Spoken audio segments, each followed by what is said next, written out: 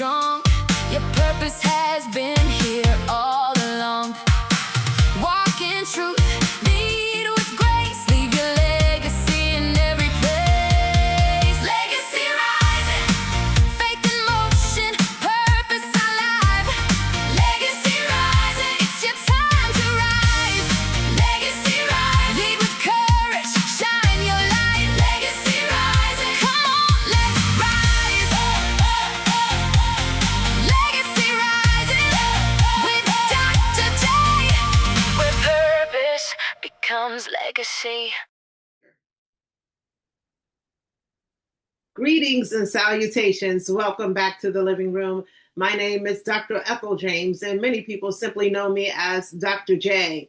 And if this is your first time joining us, please allow me to say welcome to you and to let you know that you have just walked through the front door of the main house. And in this house, this is a place where faith and leadership are not separated, where emotional intelligence and spiritual intelligence are not competing conversations, and where we believe people are worthy of development, not because of what they produce, but because they bear the image of God. And if you've been with me over these past several weeks, welcome home. Thank you for coming and coming back into the living room. And I invite you to come in, sit down, and let's talk.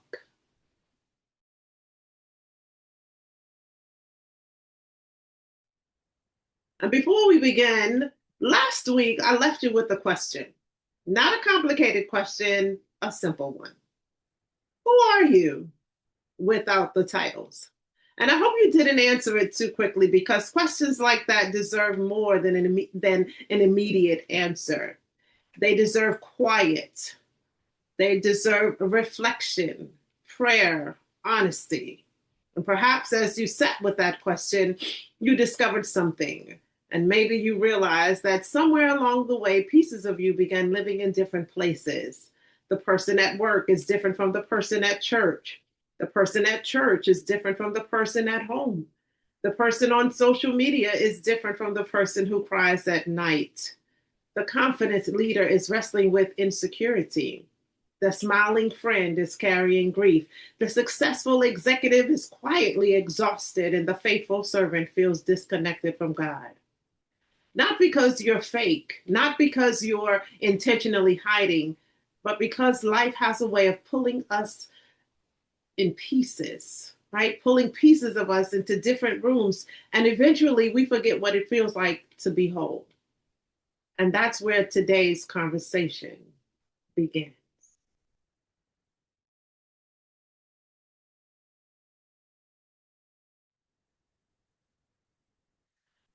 I want you to imagine something.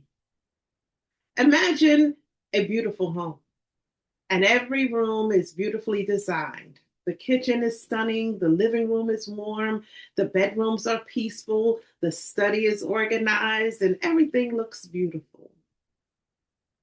But imagine that no doors connect to the room. Every room exists completely isolated. No movement, no continuity, no relationship, no flow. And now I want you to ask yourself, would you really call that a home? Or would you simply call it a collection of rooms? And I wonder how many of us have become collections instead of integrated people. One version of ourselves goes to work, another version goes to church, another version goes home, another version logs in onto social media, another version shows up around family, another version appears around certain friends. And after years of becoming different people for different environments, we begin wondering why we're so tired. And perhaps it's because fragmentation is exhausting.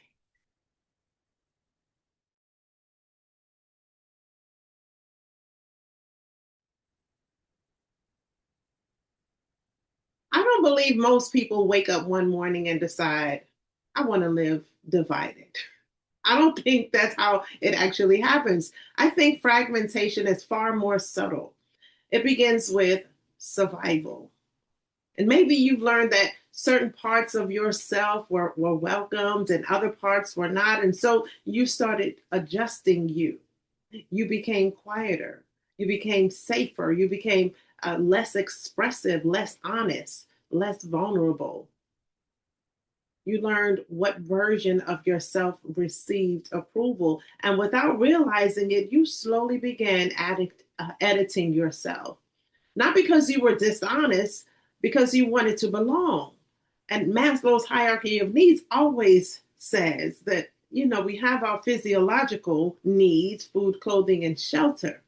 But as you continue to go up the pyramid, you find that he also talks about self actualization. And part of us realizing certain things, and that is one of the things that we want. We want to belong. And so sometimes fragmentation begins in childhood. And if you take a moment and pause and think about that, it perhaps happened for you there. And sometimes it begins in school. Sometimes it begins inside of our families, and sometimes inside of our churches. Sometimes inside of organizations, and sometimes inside of relationships, inside of leadership. But every environment teaches us something. And some environments teaches you can be yourself, and others quietly teach only certain parts of you are welcome. Only certain parts of you are welcome here. And then little by little, we begin leaving pieces of ourselves outside of the room.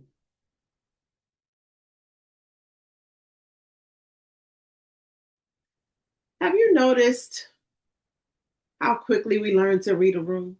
You ever notice that? Before we speak, we observe. We start looking around, who's here, what's acceptable, what isn't acceptable, how do they communicate, what do they value, what gets rewarded, what gets criticized. And most of us can answer those questions within minutes. And then without even thinking about it, we adapt. Now, let me remind you, adaptation isn't wrong because healthy people adapt, healthy leaders adapt, healthy communicators adapt. Even Jesus adapted to fishermen, he adapted to scholars, he adapted to children, he adapted to grieving families. Adaptation is wisdom. But adaptation is not the same thing as abandoning yourself. And there's a profound difference between the two because wisdom changes how I communicate, but fragmentation changes who I become. One is flexibility, the other is identity loss. And I want you to think about that. One is identity loss. And if we're not careful, we'll spend years celebrating adaptability while quietly grieving the disappearance of ourselves. Ponder that for a moment.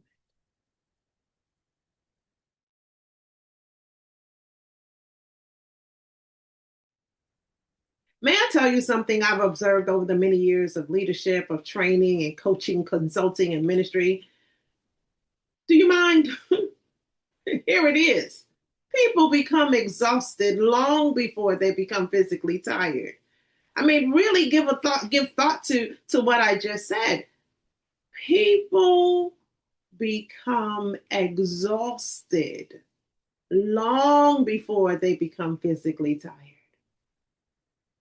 Because sometimes they're tired because they've been wearing masks all day. And I don't mean literal masks, but I mean emotional masks, professional masks, spiritual masks, relational masks. The mask that says, I'm fine, that says, I've got this, the mask that says, I don't need help, and the mask that says, I'm never afraid, the mask that says, I always know the answer. Maybe even the mask that says, I can carry everyone else. And do you know what masks have in common? I want you to tell me, do you know what masks have in common? They literally require constant maintenance. You have to remember which version of yourself you're presenting. You have to remember what you've said, how you've acted, what you've hidden, and eventually keeping track of all of those masks become more exhausting than simply telling the truth.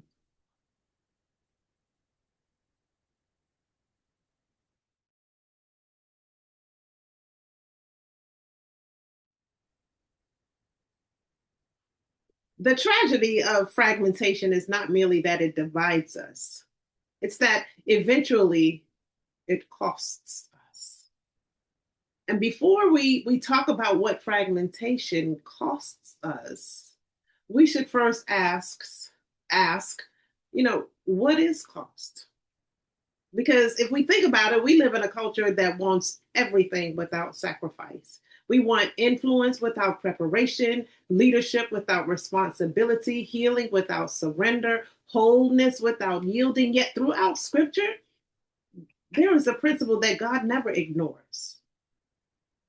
Think about it. What costs us nothing usually changes us very little. Now, there's a moment near the end of David's life that has always captured my heart. And that is after David's great failure, he determines to build an altar before the Lord. Arana, right? Seeing the king arrive, offers him everything free of charge. I don't know if you know that story, but I want you to go check it out. It's in 2 Samuel chapter 24, if I'm not mistaken, right? But he offered the king everything free of charge. I mean, the oxen, the wood, the land. He says, you can have it all. And honestly, it was generous. It was honorable because he understood it. He recognized who the king was. But David answered with words that I believe that every leader, every disciple, every follower of Christ must eventually wrestle with. Because David said, neither will I offer burnt offerings unto the Lord my God of that which doth cost me nothing. Did you hear what I said? Did you hear what I said? David said, neither will I offer burnt offering unto the Lord my God of that which costs me nothing. And I want you to hear me clearly because David understood something that many of us forget. That worship has a cost. Obedience has a cost. Integrity has a cost. Discipleship has a cost. Even wholeness has a cost.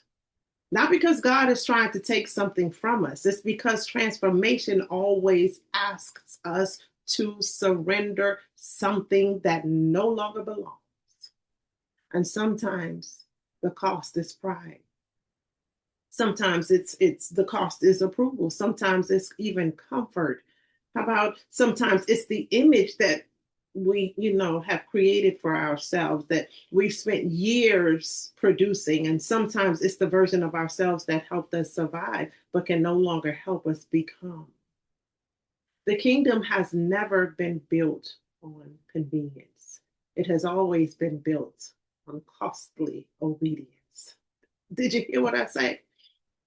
And perhaps that's what makes fragmentation so dangerous, because while David chose to pay the cost of becoming whole, many people unknowingly pay the cost of remaining divided. Think about this. There is always, and I don't care who you are, what walk of life you're from, there is always a price. There's always a price. And the only question is, which cost are you willing to pay? Because fragmentation has a price tag too. Did you hear me? Fragmentation, wholeness has a cost, but fragmentation has a cost too. Only it doesn't ask for payment up front. It lets you live divided for years, and then it quietly begins collecting its debt. It costs us our peace. It costs us our rest. It costs us clarity and relationships and joy and presence and even our own authenticity. It costs us connection. It even begins costing us our ability to hear ourselves, because after years of becoming what everyone else needed, we can no longer distinguish between the voice God actually gave us and the voices we have collected along the way. And that is one of the greatest costs of fragmentation. You lose familiarity with your own soul.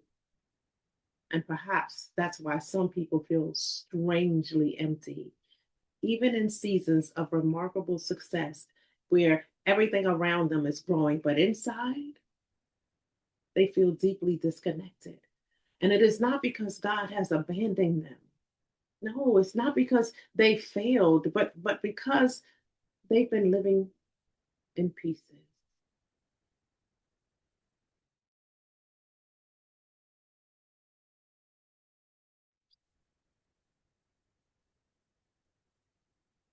Let me say this. I really think that this is an important place for us to pause because I don't want us to confuse two very different things. Healthy boundaries are not a fragmentation because there are people who speak to their children differently than they speak to their board of directors. Everyone does, right? That isn't, that's not fragmentation. That's actually wisdom because you speak differently to a 5-year-old than you do to a Fortune 500 executive. You speak differently at a funeral than you do at a born day party. You speak differently during a crisis than you do during a celebration. That isn't pretending. That's maturity. That's discernment. That's emotional intelligence. But here's the question: are you changing your communication or are you changing your identity? I'll wait, right? Because those are not the same thing. Healthy leadership says, I adjust how I communicate without compromising who I am. But fragmentation says, I become a completely different person depending on who's watching. One requires wisdom and the other requires constant pretending. And I know that there are plenty of people who are wearing masks, who are pretending. And what we want you to understand is that one creates peace and the other one creates exhaustion. One allows you to remain whole and the other slowly pulls you apart until you are in pieces.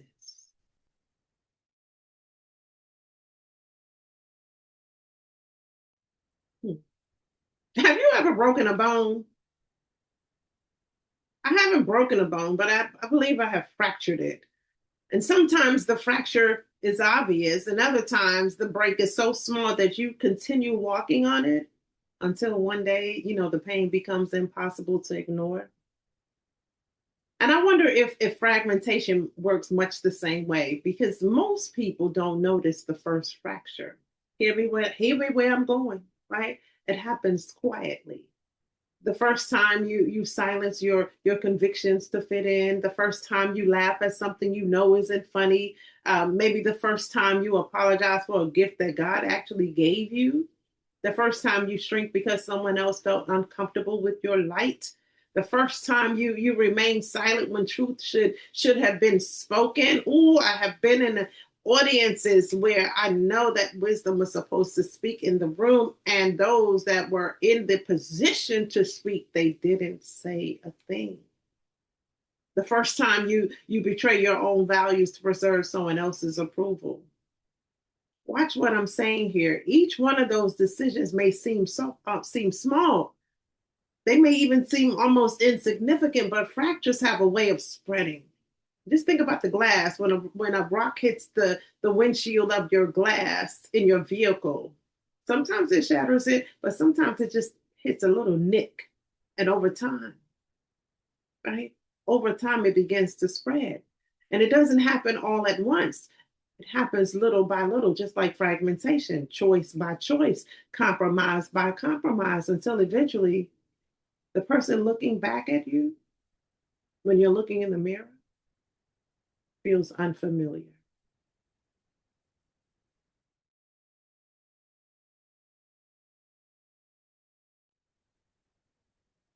May I say something I hope set someone free today? And let me just say, I really don't believe God has ever asked you to become someone else to please him. Now, he has certainly called us to become more like Christ. But before we go any further, I think there's an important distinction that we must make because for generations, many sincere believers have misunderstood what spiritual transformation actually means, in my opinion. Let me just say that. Because when I'm reading and understanding what Paul writes in Romans 12 and 2, where he says, and be not conformed to this world, but be ye transformed by the renewing of your mind. Notice what he did not say. He did not say, become someone else. He did not say, erase your personality. He did not say, abandon the person God created. And he did say, do not be conformed. And then he says, be transformed. And we also know that those are not the same thing, because conformity asks, what version of me will they accept? But transformation asks, what version of me is God restoring? Conformity changes to fit in, and transformation changes to become holy. Conformity is driven by pressure. Transformation is led by Holy Spirit. And conformity teaches us to perform, but transformation teaches us to abide in Him. And perhaps that's why fragmentation is so dangerous, because fragmentation often disguises itself as maturity. It tells us we're simply, learning how to survive, when in reality, we've been slowly conforming to rooms God never intended to define us. Holy Spirit does not transform us by making us less of ourselves. He transforms us by removing everything that was never truly us to begin with. That, ladies and gentlemen, is sanctification, not becoming someone different, but becoming who God always intended. Now, listen to me carefully. Listen again to what Paul says, to what follows. He said, but becoming more like Christ does not mean becoming less like the person He created you to be. I want you to think about the disciples. Peter didn't become John, and John didn't become Matthew, and Matthew didn't become Andrew. Martha didn't become Mary, and Mary certainly did not become Deborah. Paul didn't become Barnabas. Their personalities were different. Their assignments were different. Their experiences were different. Even their weaknesses were different. Yet God used each of them, not because they became copies, because they became fully surrendered to versions of themselves. And I think sometimes we spend so much time trying to imitate someone else's calling that we neglect our own becoming. Now, I will say comparison is one of fragmentation's favorite tools, and people let that tool get used on them and through them habitually. Because comparison quietly whispers, if you were more like them, you'd finally be enough. How many people have those thoughts in work, at church, in relationships, in the family? But the kingdom has never been built on duplication. It has always been built on faithful stewardship, because God isn't asking why you weren't someone else. He's asking, what did you do with the life that I actually entrusted you to?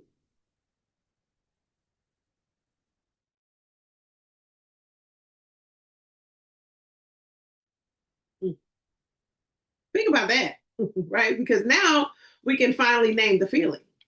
The reason so many people feel tired isn't because they've worked hard, because hard work can be fulfilling. Purposeful work can actually create energy, but divided living always drains it. So every room requires another version, another script, another personality, another performance. And you have to remember which opinions you expressed in this room and which opinions you hid in that room. You'll have to remember where it's safe to be honest and where it isn't safe to be honest, where you're expected to be confident, where you're expected to be quiet and docile, where you're expected to carry everyone else, and where you're expected to never ask for help. And I'm going to tell you, just me saying this to you, that kind of living requires a tremendous amount of energy. And it's not that amount of energy because life is demanding, but it is because pretending is so expensive. Remember, I said that the fragmentation costs you something? Pretending costs you too. It demands a payment your soul was never designed to make. And eventually, your body begins saying what your spirit has been trying to tell you all along. I'm tired. Not because you've done too much, but because you've been carrying too many versions of yourself.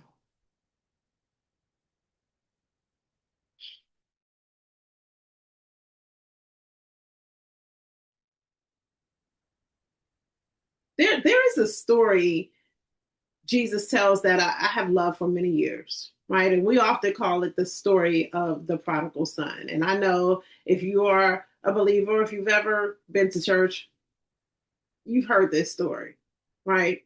About the prodigal son. But I want to challenge you because perhaps it's equally the story of a father, right? A father who watched, who waited, a father who hoped, who never forgot the identity of his son, even while the son had forgotten himself. Think about this, right? The son didn't simply lose money, he lost himself. He lost his memory of who he was. And notice something. Notice the tragedy didn't begin when he entered the far country. It began when the far country entered him. Because before he ever returned home, he had already rewritten his identity. I want you to hear me. This is so good. When I was preparing it, no, he no longer thought like a son. He no longer saw himself as a son. He no longer expected to be received as a son. Fragmentation always begins inside before it appears outside. You can leave the Father's house without leaving your identity, or you can remain physically close while becoming emotionally and spiritually disconnected. The younger son didn't just travel to another place, he gradually accepted another story about himself. And isn't that what fragmentation actually does? It convinces us that our failures have the authority to rename us. Did you hear what I said? It convinces us that our fragmentation and our failures actually has the authority to rename. And that's our mistake. And the thing is, we also allow our mistakes to have authority to redefine us. That our worst seasons have become our permanent identity. Notice this, the enemy rarely begins by changing your behavior. He begins by questioning your identity. Because if he can change who you believe you are, he doesn't have to work nearly as hard to influence how you live, right? And so the prodigal son began believing he was only worthy to live as a servant. And we know this because he rehearsed an entirely new identity. And before he ever rehearsed his speech, he rehearsed his shame. Before he ever planned his words, he accepted a different version of himself. Listen to me carefully to what I'm saying. Listen carefully to what he says. He says, I am no longer worthy. Not, I made an unworthy decision. Not, I sinned. Not, I failed. He moved from describing what he had done to redefining who he believed he was. And that, ladies and gentlemen, is fragmentation. Whenever behavior becomes identity, when failure becomes your name, when shame becomes your introduction, how many people are still living inside a speech God never asked them to memorize? How many leaders still introduce themselves through the old wounds, old failures, old betrayals, old disappointments that heaven has already forgiven? How many believers are still rehearsing what Christ already redeemed? Ain't nobody talking to me tonight, right? I am no longer worthy is what we say. And then one of the most beautiful moments in all of scripture takes place, not because the son found the right words, but I believe that because the father refused to let fragmentation have the final word. But before he could finish his speech, the father interrupted his fragmentation. Notice what the father did not interrupt. He didn't interrupt his confession. He interrupted his conclusion. Jesus, right? The confession was true. The conclusion was not. The son confessed what he had done, and then he attempted to conclude who he had become, and the father would not allow it. He never allowed his son's broken identity to become the final introduction, because fathers who know their children do not allow their children's worst moments to rename them. And neither does our Heavenly Father. He doesn't argue, he didn't debate, he simply restored. He answered fragmentation with embrace. He answered shame with covering. He answered distance with relationship. He answered performance with sonship. And before the son could finish telling his broken story, the father began restoring the true one. He didn't say, let's negotiate your word. He didn't say, let's see if you've earned your place back. He restored relationship before responsibility. He restored sonship before stewardship. He restored identity before assignment. And that's exactly how God still works. He doesn't begin by repairing our performance. He begins by restoring our identity, because he knows that once identity is restored, obedience follows from relationship instead of fear. Wholeness does not begin when your circumstances change.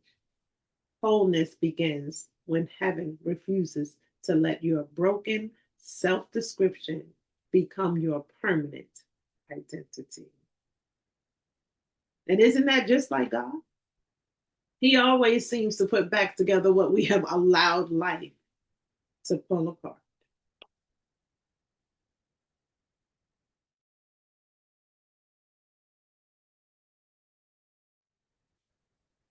May I tell you what I believe God has been doing all along? I'm hoping you're saying yes, so I'll see it, right? I don't believe his greatest desire has simply been to make us successful or influential or even well known or even busy doing good things. I believe his desire has always been and still is to make us whole. Whole enough that the person people see publicly is the same person he meets privately. Whole enough that our integrity doesn't change when the audience does. Whole enough that our convictions don't fluctuate with the room. Whole enough that our worship on Sunday still sounds like our conversations on Tuesday. Let somebody say yes, right? Even whole enough, that our children or our spouses, our closest friends, and our coworkers all recognize the same person. Not perfection, but wholeness. Because perfection is impossible. Now, I believe in pursuing excellence, but there's none perfect but the Father. Wholeness, then, is God's invitation. And I wonder if that's why Jesus asked so many questions. And I don't think he asked a lot of questions because he lacked answers, because he was always leading people back to themselves, back to the truth, back to relationships, back to the Father, back to wholeness.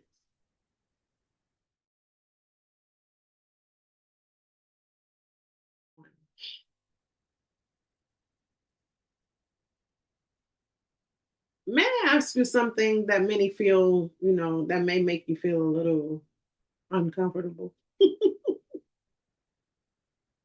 But it's a question that I want to ask nonetheless. Where did you leave pieces of yourself? Not who, where? Was it in the boardroom where you learned that vulnerability was mistaken for weakness? I've seen that happen. Was it in the classroom where your curiosity was laughed at by your classmates or even your teacher? Was it the church where your questions made people uncomfortable because, we were told never to question God? Was it your family where peace requires silence? Was it even a friendship where, honesty cost you the relationship? Was it a marriage where you slowly became invisible? Was it a betrayal where trust became fear? Was it a failure where confidence became shame? Was it a success where applause became addictive? And sometimes fragmentation isn't caused by tragedy. Sometimes it's caused by adaptation. We survive a different season by putting parts of ourselves away. And the problem is, what helps us survive one season often keeps us from fully living in the next. Now, I have met people who left, their joy behind, people who left their creativity behind, people who left their confidence behind, people who left their voices behind, people who left their dreams behind, people who actually left their compassion behind because someone called it weakness. And they planted that seed, continue to allow someone to fertilize the seed where it germinated and started to grow and it took root. And years later, they're still living without a part of themselves God never intended them to lose.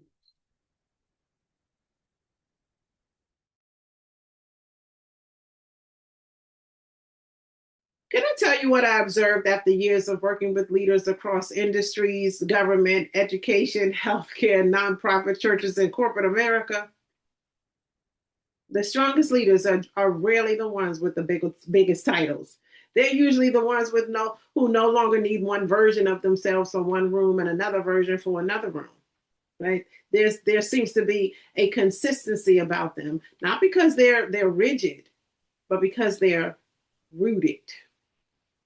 I'm gonna pause right there, right? Because their personality doesn't disappear when they enter the executive suite. Their humility doesn't disappear when they gain authority. Their compassion doesn't disappear when difficult decisions must be made. Their conviction doesn't disappear because the audience changed. They remain the same person, appropriately adaptable, deeply discerning, emotionally intelligent, spiritually grounded, but unmistakably the same. And do you know what people often say about leaders like that? They often say, I trust them. Not because they're perfect, but because they're consistent. And trust is currency, and it has always been connected to wholeness.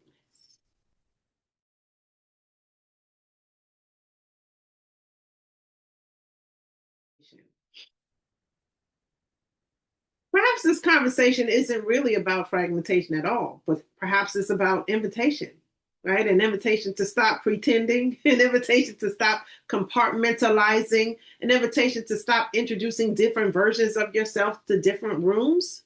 Maybe an invitation to stop carrying the exhausting burden of managing identities God never asked you to create. And I believe Jesus did not die so that we can become better performers. He came to reconcile, I kind of got choked up right there too. He came to restore, to redeem, to make whole, not only our relationships with the Father, but the fragmented places within ourselves, the places where fear replaced faith, the places where shame replaced confidence, and the places where performance replaced identity, the places where approval replaced purpose, where survival replaced surrender. He came to bring us back together, not into a newer version of ourselves, but into the person he always intended for us to become.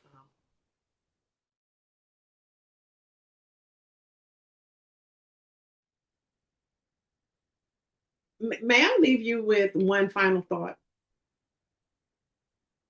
I don't believe fragmentation is always loud, right? Most of the time, it's actually quiet.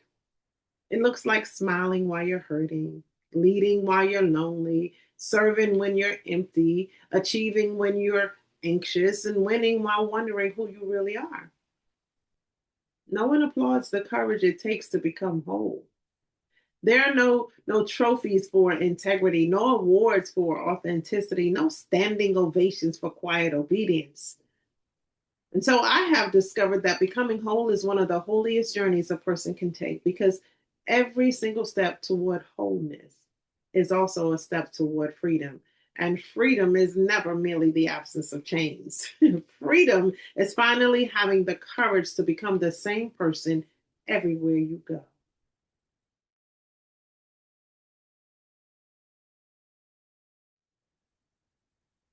So as we prepare to leave the living room today, I don't want to leave you with answers. I actually want to leave you with questions. And you already know my questions are always here to cause you to think, to cause you to consider, to cause you to reflect, right? Because I've learned that the right question, it has a way of continuing the conversation long after the room becomes quiet. So this week, don't rush past these questions, okay? Can you make that commitment? I want you to sit with them. I want you to pray over them. I want you to journal them and allow Holy Spirit to meet you in the questions. Can you do that? Where have I been living in pieces? That's the question I want you to ask yourself. Not where have I been busy? Okay? Where have I been divided? What rooms requires me to become someone God never asked me to be? Have I confused professional excellence with emotional distance? Have I mistaken people pleasing for peacekeeping? Ooh, this is another light bulb moment, right? Where have I been performing instead of simply being present? Whose approval am I still trying to earn? And why does it still have so much authority over me? Mm. What part of myself did I abandon simply to survive? And is God now inviting me to reclaim it? Have I become so accustomed to adapting that I no longer know what authenticity feels like? How about this one? If the people closest to me described me, would their description sound like the person the public sees? And maybe the question beneath all the others is simply this: am I becoming more integrated or simply more accomplished?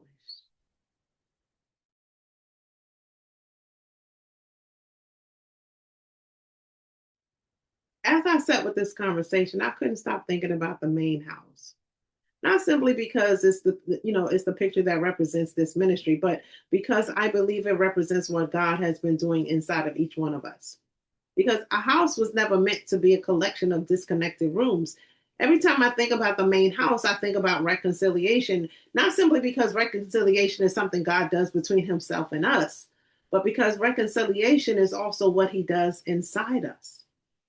Paul writes in Ephesians chapter 2 that Christ is our peace, the one who has broken down the middle wall of partition. And for many of us, we read that passage only through the lens of Jews and Gentiles, and rightly so. That's the historical context. And I also believe it reveals the heart of God. God has always been in the business of removing what separates. He tears down walls, he reconciles what has become divided, he restores what has become disconnected, he brings together what life has scattered. And maybe that's why fragmentation is so contrary to the heart of God, because fragmentation builds walls, Christ removes them. Fragmentation creates compartments, Christ creates communion. Fragmentation teaches us to separate our lives into isolated rooms, but the kingdom invites us to become one house. Not because every room looks the same, but because every room belongs to the same Father. Think about it. Jesus said, in my Father's house are many mansions. He said that in John chapter 14, verse 2. And notice he didn't say many houses. He said many dwelling places within one house, different rooms, different purposes, different expressions, one Father, one family, one home. Isn't that exactly what we've been talking about all evening? Fragmentation would have us believe that the rooms exist for themselves, but the Father never designed the rooms to compete. He designed them to belong. Every room receives its identity from the house. and every house receives its identity from its father. And then Paul takes us even deeper and he tells us that the church is like a body. You know, one body, many members. The eye was never asked to become the hand. The hand was never asked to become the foot. The ear was never asked to become the eye because diversity was never the problem. Disconnection was, right? Because Paul asked, you know, if the whole body were an eye, where would the hearing be? Every member has purpose. Every member has value. Every member belongs, not because every member does the same thing, but because every member belongs to the same body. And I wonder if fragmentation is what happens when one member begins pretending to be another.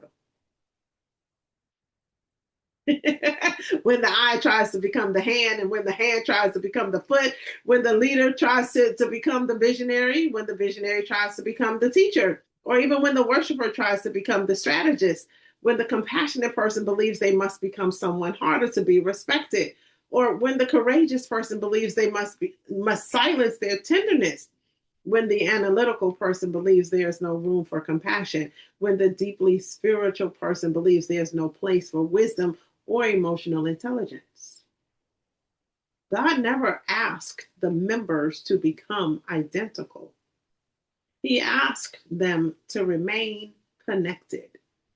Different gifts, one body, different members, one body, different functions, one body. You see where I'm going? Different expressions, one body. That's it. This is what I call unified intelligence. It has always been pointing toward unified intelligence, not uniformity, integration, not sameness, wholeness, not competition, cooperation. And then Paul continues his letter to the church at Ephesus, and he urges them to keep the unity of the Spirit in the bond of peace. And then he says, there is one body, one Spirit, right? One hope, one Lord, one faith, one baptism, one God and Father of all. Listen to the rhythm of Scripture. One, one, one, one, one, one, one, one, because heaven has always been moving toward integration, not fragmentation, toward unity, not uniformity, toward wholeness, not performance, toward reconciliation, not isolation, toward belonging, not comparison, toward communion, not compartments. And perhaps that's been the Father's heart from the very beginning. Not singularly to save a people, but to form a people. Did you catch that? Not singularly to save a people, but to form a people. Not merely to gather a family, but to build a house where every room belongs, a body where every member belongs, a family where every son and every daughter belongs. And that's why I have never seen the main house as just a logo or a brand or even a ministry image. For me, it's always been, a picture of discipleship, a picture of a formation, a picture of what God has been building inside his people from the very beginning. Not perfect people, whole people, integrated people, people whose emotional intelligence and spiritual intelligence no longer compete, but cooperate. People whose faith is not disconnected from their leadership, whose worship is not disconnected from their work, whose convictions are not disconnected from their conversation, whose public life and private life belong to the same house. Now listen again to what follows. Every room has its purpose. The kitchen feeds, the study develops, the bedroom restores, the living room welcomes, and every room matters. But every room belongs to the same house. And I wonder if that's what God has been trying to do with us, not eliminate the different parts of us, but reconnect them. Notice, God never asked the kitchen to become the bedroom. He never asked the study to become the living room. He didn't eliminate their uniqueness. He established their unity. That, ladies and gentlemen, is a term that I have introduced to the market. Unified intelligence. different expressions, one integrated life. Not every part doing the same thing, every part working together under the same foundation. That's true inside a house. It's true inside a healthy organization. It's true inside of a healthy leader. And I believe it's true inside of every disciple of the Lord Yeshua the Christ. The compassionate part of you belongs with the courageous part of you. The intellectual part of you belongs with the spiritual part of you. The leader belongs with the servant. The visionary belongs with the disciple. The professional belongs with the worshiper. There is no conflict between excellence and humility. No conflict between strategy and surrender. No conflict between wisdom and worship. No conflict between emotional intelligence and spiritual intelligence. Those divisions were never created by God. They were created by fragmentation. And I submit to you that God never intended for your career to compete with your calling, your gifting to compete with your character, your influence to compete with your integrity. He intended for every room to belong to the same house. The boardroom belongs with the prayer room. Your influence belongs with your intimacy with God. Your competence belongs with your compassion. Your gifting belongs with your character. Your authority belongs with your humility. Your platform belongs with your surrender, because God never intended for us to have a public life that cannot live inside of our private life. He never intended for Sunday to compete with Monday. He never intended for ministry to compete with the marketplace. He never intended for worship to compete with work. He intended for every room to belong to the same house. The confident part of you and the vulnerable part of you were never supposed to compete. They were supposed to belong to the same person. Because when God forms a life, he doesn't build fragments. He builds people. Whole people, integrated people, people whose gifts and character walk together, people whose convictions and conversations agree, people whose worship and work tell the same story, people who no longer have to remember which version of themselves walked into the room, people who carry the same heart, whether they are standing behind the microphone or sitting alone at their kitchen table. And perhaps that is what Legacy Rising has always been inviting us toward. Not becoming someone new, but allowing every room of our lives to become home, to come home to the same Father, the same identity, the same truth, the same heart, the same house. Because the house has always been waiting for every room to come home. And perhaps one day when all of the rooms finally come home, we will discover that God was never building a collection of successful people. He was building a family, one body, one house, many members, many rooms, one spirit, one Lord, one Father, one faith, one people, one integrated life. And perhaps that has been the invitation all along.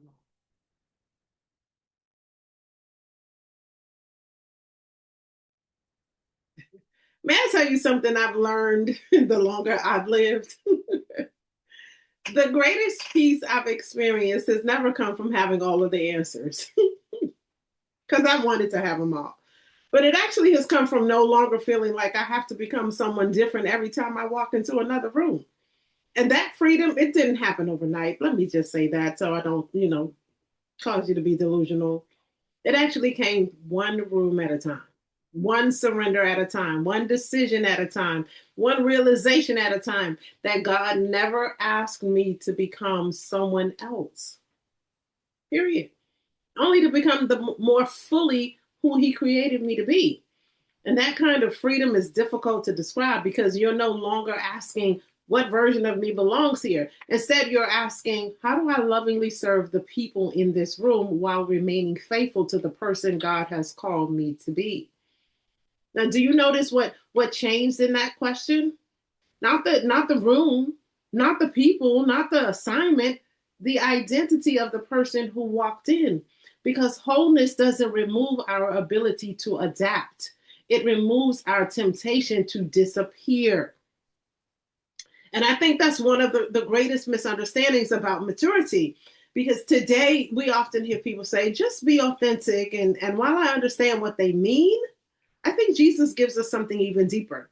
Jesus wasn't merely authentic, he was anchored in the Father's love, anchored in his identity, anchored in his mission, anchored in his truth. And watch his life. He speaks to Nicodemus very differently than he speaks to the woman at the well. He speaks to Peter differently than he speaks to Pilate. He speaks to children differently than he speaks to Pharisees. Different conversations, different methods, different approaches, but same identity, same mission, same heart. That same Jesus. He adjusted his communication. He never altered his identity. That may be one of the greatest leadership lessons in all of the scriptures, because Jesus understood the room without ever losing himself inside of that room. And isn't that exactly what I've been calling unified intelligence? The emotional intelligence teaches us to understand the room, to recognize the people, to discern their needs, to communicate with wisdom, to respond with empathy. And spiritual intelligence reminds us never to lose ourselves while serving the room. One teaches us to read the room. The other teaches us to remain rooted while we're in that room. But one without the other creates imbalance. Emotional intelligence without spiritual intelligence can become people-pleasing. And spiritual intelligence without emotional intelligence can become disconnected from the people God has called us to serve. But together, they create something much more beautiful, right? A leader who knows how to connect without compromising, how to adapt without pretending, how to influence without performing, how to love without losing their own identity. And then Apostle Paul adds another beautiful layer in 1 Corinthians chapter 9. He says, I am made all things to all men that I might by all means save some. And to me, for years, people have misunderstood that verse because some assume Paul was becoming a different person for different people. And I submit to you that I believe Paul was describing the wisdom of adaptation, not the surrender of identity. He changed his approach. He never changed his foundation. He changed his method, never his mission. He changed his language, never his Lord. And perhaps that's exactly what Jesus had been modeling all along. Paul didn't become a different man for different audiences. He remained the same disciple, the same apostle, the same servant of Christ. He simply learned how to remove unnecessary barriers without removing the truth. He understood that wisdom knows how to enter a room without allowing the room to redefine the purpose who entered or the person who entered in. Exactly what Jesus did, exactly what emotionally intelligent leaders do, exactly what spiritually mature leaders do, exactly what healthy people do. They adjust without abandoning themselves. They connect without compromising. They actively listen without losing their convictions. They remain teachable without becoming unstable, because there is a profound difference between adaptation and assimilation. Adaptation is wisdom. Assimilation is identity loss. Adaptation says, I understand who I'm serving. Assimilation says, I no longer know who I am. Adaptation creates connection. Assimilation creates what? Fragmentation. So that means one is leadership and the other is survival. And I actually wonder how many of us have mistaken survival for maturity, and how many have spent years becoming whoever the room needed instead of remaining who God created. How many versions of ourselves have we carried simply because we believe that acceptance required our disappearance? And I believe that's why Yeshua could walk into every single room with complete confidence, not because every room received him, because many people rejected him, right? Many misunderstood him, many opposed him, yet his identity never shifted. The room never became his reference point, and the Father remained his reference point. And that is the invitation for us. Not to become less aware of the people that are around us, but more anchored in the God within us. Because the strongest leaders are not the ones who dominate every room, they are the ones who remain whole in every room. Now, listen again to the question we asked earlier. Do you hear the difference? One question is driven by fear, the other is guided by identity. One seeks acceptance, the other offers presence. One performs, the other loves. And perhaps that's because love never asks, what version of me will they accept? Love asks, how can I serve them without losing the truth of who God created me to be? And I believe that is the life Yeshua modeled. Whether he was speaking to rulers, to fishermen, to children, to widows, religious leaders, or those everyone else had forgotten, he adapted his approach, but he never abandoned his identity. He was never performing, he was revealing. And what he was revealing was the Father. He was never trying to become acceptable. He was faithfully expressing who he already was. And perhaps that's why people who had never felt seen found themselves drawn to him, because wholeness has a way of giving other people permission to become whole. And I have discovered that the most transformational leaders are rarely the loudest. They are the most integrated. They carry the same heart, the same character, the same convictions, whether they are standing before thousands or sitting with one person, whether they are celebrated or criticized, whether they are healing or leading or listening, because they no longer need the room to tell them who they are. They already know. And that is freedom. Right? Real freedom, kingdom freedom, the freedom to adapt without pretending, to connect without compromising, to lead without performing, to love without fear, to be able to influence without imitation, and to remain fully present because you are fully anchored. Wholeness is not refusing to adapt. It is refusing to disappear while adapting.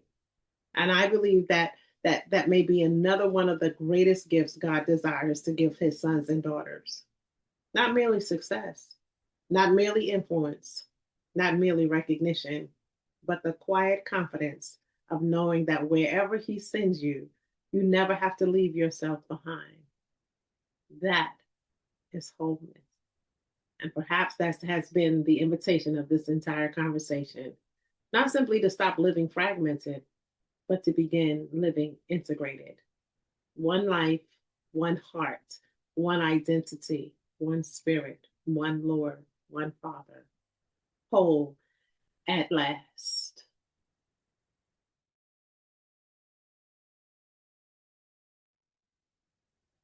Thank you for sitting with me again today.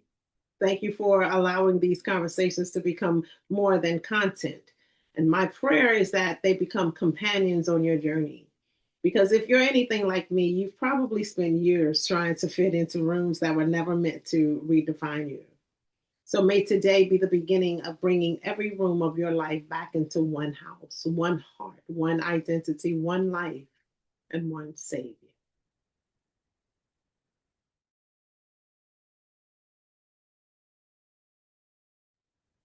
If today's conversation served you, I encourage you to share it with someone who has quietly been carrying the exhausting weight of divided living, someone who smiles for everyone else but no longer recognizes themselves. And perhaps they don't need another motivational message. Perhaps they simply need permission to come home.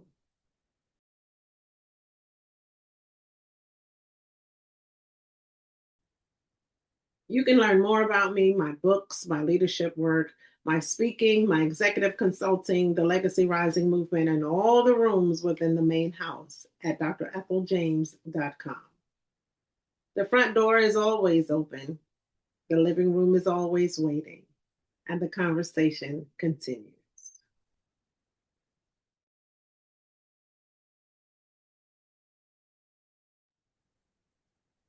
Last week, we asked, who are you without the titles?